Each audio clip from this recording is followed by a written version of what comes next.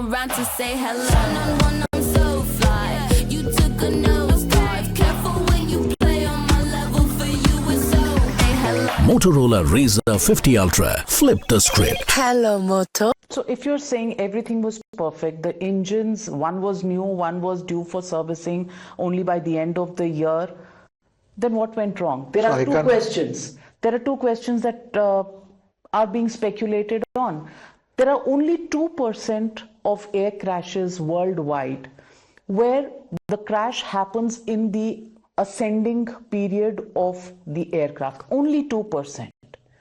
And this AI 171 was one of those flights where while taking off, the crash happened. With such low data in terms of percentage probability, what happened? See, Navika, as I said, I am not an expert to be able to decipher this. All I know is the facts, the records that I have seen. I am not to say this is ruled out, that is ruled out. You are the Tata Group, and you said you would have a separate investigation. No, we can't do any separate. Preliminary? We can't do any separate investigation. All the records will be with the DGCA, and the DGCA has set up those commissions, and they will do the investigation. There is no independent investigation possible. So no preliminary probe by Air India itself, internal probe? There is nothing we can do. We can only see our records. Were there any red flags? No. Were there any maintenance red flags that had been put out by DGCA? We understand two show cause notices. I have seen this record for these aircrafts and the engines and the pilot record. I sat with the team, discussed this, and I didn't see any red flags. Nor did they highlight any red flags.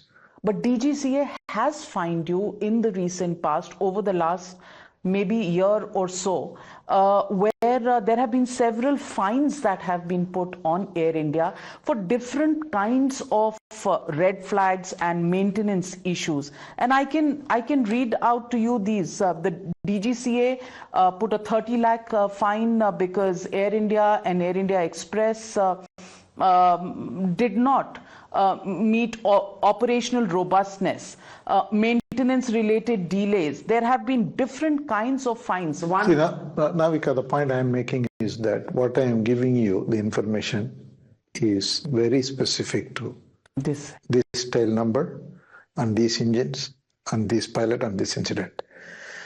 And any safety-related issues, we take it very seriously. See, there are two things in the airline. One is very core, which is the safety, and there are other things that you have to do. And all I would say is that anything safety related, the first thing after we took over, and there are many things you yourself, there are many makeup issues that are there. Still, there are some IFEs don't work, some seats don't function. Okay, those are customer experience issues. We are trying to sort them out. They are different from safety issues. Anything that safety issues there, there is no way DGCA will allow us to fly. And with respect to this specific aircraft, what I have seen is what I have told you. But this is not to say anything more extra, because we need to wait for the investigation. There are some reports that say that June 3rd and June 5th, there were two show cause notices from the DGCA. See, anything other than this particular aircraft, we can talk about it separately. But all I am giving you data is only with respect to this incident, this aircraft, these engines, and these pilots. I want to ask you, the Turkish technique maintaining Air India fleets, that has been raised as an issue that could probably be the cause in this case. How would you respond to that speculation? In none of the 787 Dreamliner aircraft, we have 33 of them. None of them are maintained by Technic.